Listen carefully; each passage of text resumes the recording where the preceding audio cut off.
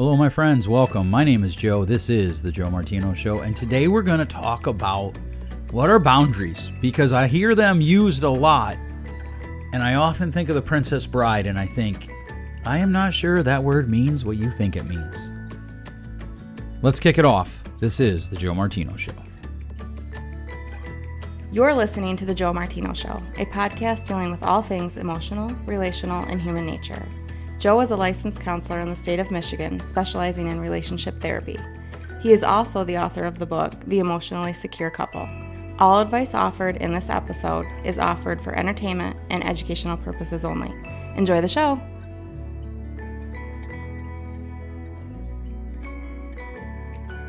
All right, hello. Let's see how long we go on this topic, and we'll see where we end up. Someone wrote in and essentially asked this question, which comes down to how do boundaries work? Here's the situation. I was going to read it to you, but I don't know this person, but they are related evidently to quite a few people that I have seen, and they have quite a few friends that I have seen. Probably the first paragraph was that, just like, hey, this is how I know of you, blah, blah, blah. Anyhow, the conversation went something like this. Adult daughter is mad with mom because mom made a comment about homecoming dresses and prom dresses, and adult daughter gave her opinion very strongly, and then mom, who's probably, I don't know, I mean, I'm guessing she's got an adult daughter, so you got to figure she's at least in her, late 50s, early 60s, starts to offer her opinion. An adult daughter who is in her late 20s says, well, I don't feel safe with your opinion. I don't feel safe with what you're saying. I don't want to hear it. We need to stop talking about it. And so I wrote back and forth with this person, and she did actually get the adult daughter to join the email conversation. And the adult daughter agreed that that's essentially what happened. The adult daughter actually told her to listen to me because if she listened to my podcast, she would know that I agreed with her. And she should try to get an appointment with me because she doesn't know what boundaries are. Now, look, I don't know what any of that is, but here's the thing. Here's what the mom is asking. Essentially, she's asking me, hey, is my daughter right? We'll just say she's 30. I think she's 28 or 29 based on the conversation. But we'll say 30. My 30-year-old daughter correct? She gets to tell me that I'm wrong, and then when I go to answer, she tells me she doesn't feel safe. And her therapist tells her that anytime she doesn't feel safe, she should withdraw from the conversation. Is that correct? Now, here's the thing. I want to know what Joe Martino Show the daughter's listening to, because that's hogwash, right? And I see this. I actually had a client, when this email conversation started, I had a client come in, an adult client that's probably 57, 58, and she has an adult daughter, 27, 28. And sure enough, they had the same conversation, the same form of the conversation, where the adult daughter was like, well, I just don't feel safe, so I'm out, so deuces, you're not allowed to talk to me anymore. And here's the thing that we've gotten wrong. Okay, so boundaries, first of all, are not for other people. This is one of the things that we get wrong regularly. Boundaries are not for other people. You don't get to tell other people what to do. You get to decide what you're going to do based on what other people do. That's boundaries, right? And so you can say to other people, hey, I don't like this conversation. I guess you could say I don't feel safe in this conversation. I have a really big problem with that phrase because we have taken it and we have weaponized it. We have turned it into some sort of, giant boss cheat code where if you're saying something I don't like, I just don't feel safe in this conversation. So I'm done talking, and you're not allowed to talk, and I'm done listening. I don't feel safe. I don't feel safe. Well, okay, what exactly don't you feel safe about? It was interesting to me. The New York Times last week said that Ron DeSantis put an entire people group in Michigan at danger because he misrepresented them. He misrepresented some people of the Islamic faith. He misidentified them as protesters at a rally, and he put their lives at danger. That same New York Times wrote an article saying that Israel bombed a hospital when it turned out that, nope, that isn't accurate, right? And in both cases, who was at risk, right? Did then the New York Times need to publish an article? Because they were calling for Ron DeSantis to apologize. And look, this isn't about politics. This is just about, so don't get all wrapped up in, well, I hate Ron DeSantis and I love the New York Times, or I hate the New York Times and I love Ron DeSantis. Just stay with me here. If the New York Times is saying that someone misrepresenting an Islamic group is putting them at danger, isn't the New York Times putting an entire people group at danger? This is the problem with words put us in danger, especially words that we don't like. So if you say to me, Joe, I hate hunting, and I can say to you, well, I don't feel safe, you're not allowed to talk to me anymore. Those aren't boundaries. That's tyranny, and it's awfulness. It's deplorable, it's despicable, and it is terrible for good relationships. So let's bring this back to the mom and the daughter. So the mom, both my client and the mom that wrote in, they're like, well, I just think, these dresses, blah, blah, blah, blah, blah. And so I said to them both, I said, is there, by any chance, do you ever go swimming? Like when your kids were teenagers, did they ever go swimming?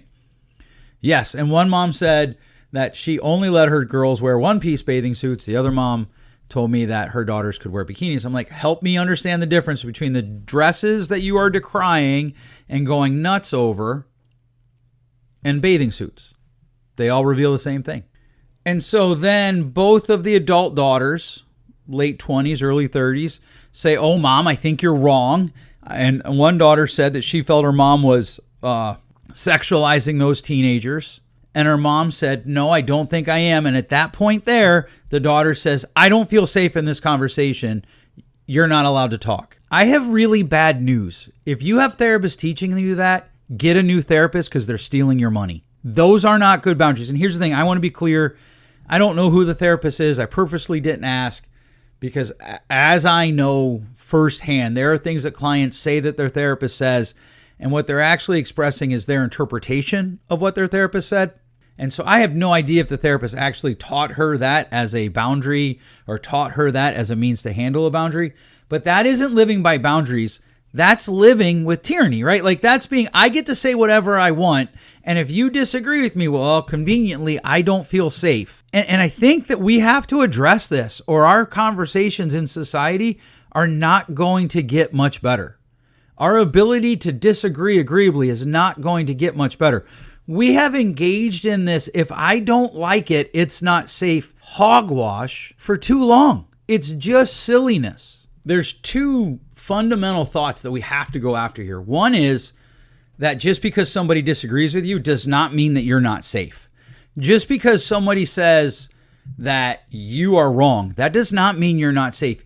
Just because somebody says something you don't like, even if it's of a sexual nature, that doesn't mean that you're not safe. So even if this daughter was right and her mom was sexualizing these teenagers, and I don't think she was, I think she was being very inconsistent in her view, but that doesn't, like, what's the danger? Is mom going to go take her and trick her out? And I'm not being funny here.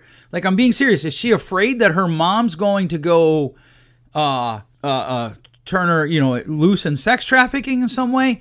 Again, I'm not trying to diminish something that is a very serious problem, but what exactly are you afraid of? What exactly do you think you're not safe of? Or are you just not safe in being disagreed with because you've never developed the emotional maturity to engage in disagreements and conversations where you're not the one that is the authority, where people question what you say? Right? It's one of the most interesting things to me. Across the board, we have more A's in the history of education. Hello, grade inflation. And we have far less people. And this is anecdotal. You're right. I couldn't back it up with research. I probably could if I actually wanted to. We have far more people that can't be questioned. They're unsafe. They feel unsafe if they're being questioned. Well, what exactly is the danger that you feel there? You need to learn to identify that. That's just healthy living. Because not everybody who disagrees with you means you're unsafe. We've taken this always trust your gut thing a little too far. That's how we get the proverbial Karen in the park making accusations at someone. Or the proverbial Karen, well, where do you live? You need to tell me where you live. And that leads me to the second thing that we need to question or actually obliterate that is a foundational preposition for this line of thought, which is if you feel unsafe, you are unsafe. No, you're not. Feeling unsafe doesn't mean that you actually are unsafe. It's such a silly paradox that we refuse to look at, right? We tell people just because you're anxious and you don't feel like you should go out doesn't mean you should go out. But if you ever feel unsafe, go with that. Wait, what? Feeling unsafe doesn't mean you're unsafe. You need to ask yourself, am I actually in danger? And I see this all the time. Like, I do consulting for companies, and we'll call an employee in who's not performing, and we can see it, right? Like, there's so many metrics today. And we'd be like, look, you're not actually getting this done.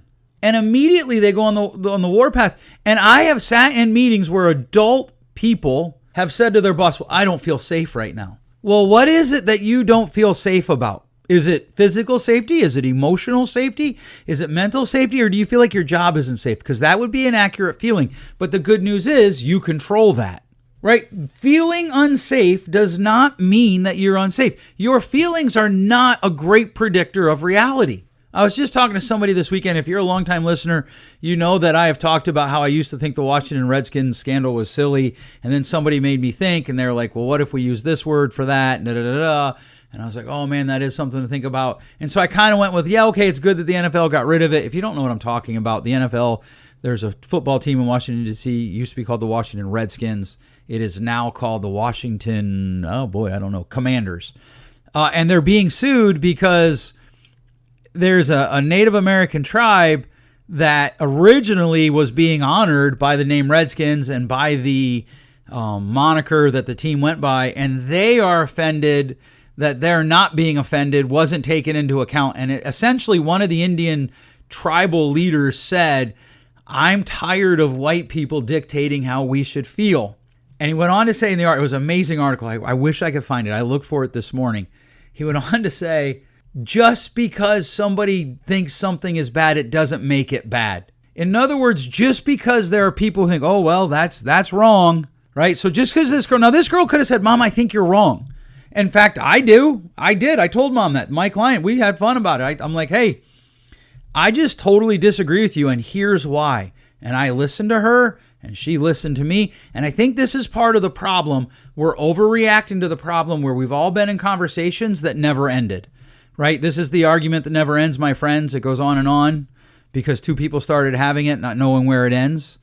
And it just goes on, and people just go back and forth and back and forth. But again, this is rooted in another problem. Unless the person agrees with me, we typically say, well, you're not hearing me. No, I hear you. And in fact, to prove that, I'm happy to articulate your point. I just think you're wrong. And too many people just keep on going right there, right? They won't stop. They just keep going. And I can understand that that's frustrating. At some point, years ago, I think like 2009, I was having a conversation with a guy about a situation that didn't even really involve us. It was about a college football coach. And it was clear that it was escalating. I kept saying the same thing again and again. There was two of us were talking, and this third guy came up. And clearly it was something that was very close and passionate to his heart. And I finally just said, I think his name's Dan. I don't remember. I was like, hey, Dan, it's clear that we're not going to agree. So maybe we could just agree to disagree. And he lost his mind. You're not hearing me. Blah, blah, blah. I'm like, no, I am hearing you. We just don't agree. Right? But again, the answer to one person's bad conduct isn't more bad conduct of, well, I just don't feel safe. That isn't how this works. To be frank, both positions are rooted in arrogance. And so the question then becomes, okay, well, how do we extricate ourselves from that? Well, here's what I always suggest. Consider one interaction an evolution, right? So if I say to you, hey, how are you? And you answer, I'm good, thank you. That's one evolution, right? And so elderly mom says something, right? Or middle-aged mom says something. Adult daughter disagrees. Mom disagrees. Adult daughter disagrees. When those evolutions start to be repetitive, it's probably time for both parties to be like, hey, I feel like we are restating everything that we keep making the same argument. So maybe we just disagree and we could stop now. And honestly, it's okay if we disagree.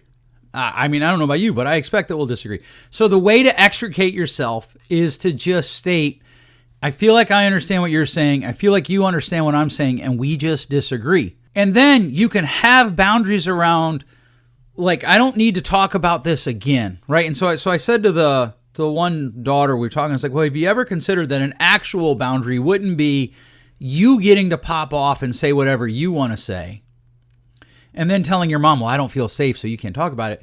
It might be you get to say what you believe, your mom gets to say what you believe, and that conversation has a conclusion, which might be we just don't agree, And in the absence of something changing, more information coming up, could we agree not to talk about it again? We don't have to talk about it again, right? If there's not something out there that suddenly comes to me that is like, I'm like, oh, that's new information, or I changed my position, right? So the Redskins conversation, this is why I brought that up earlier.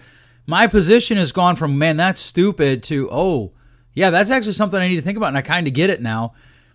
And now, in more information, I'm kind of back to, boy, I don't know what I think. And so that, to me, and the other person can still be like, look, we've talked about this, I don't want to talk about it anymore. That's actually treating people like adults, because one of the things that we have to consider is most of the things that we call good mental health today are actually bad mental health, because they're about some false illusion of control, right? So I'm not going to let you talk to me, Mom, because I don't feel safe, but I get to say what I think. That's not about boundaries. That's about control. And mature adults recognize that they don't control other people. And mature adults recognize that other people will disagree with them. And that's okay. They will move on. Mature adults recognize that I'm just not going to agree with everybody. There are good people that disagree with me. My men's group, we meet Saturday mornings. We're talking about some things. And I was like, so here's my position, but I want to be clear. I know really good people who disagree with me, and maybe some of you do. And so maybe some of you disagree with me on this. Maybe some of you think, no, the daughter should get to say whatever she wants. And then the minute any rebuttal comes, if she doesn't feel safe, she should get to say, I don't feel safe, and shut it down. I would love to hear from you. If that's your position, I would love to hear from you. At the very least, I'd love to email with you. Even beyond that, I would almost want to consider, if we could do it in a productive way, I'd almost want to consider doing an on-air kind of discussion about it with you. So reach out to me if that's you. Hey, if you enjoyed this, feel free to share it with 3 of your friends. Research shows us that we find value in sharing things with our friends, especially things that are free, that we find meaningful. And you sharing it helps me out a lot. I really appreciate it. Thanks so much for listening. We'll catch you next week. Thanks for listening. If you enjoyed today's show, please share with a friend. And hey, give us that rating in your podcast store. Until next time, change possible.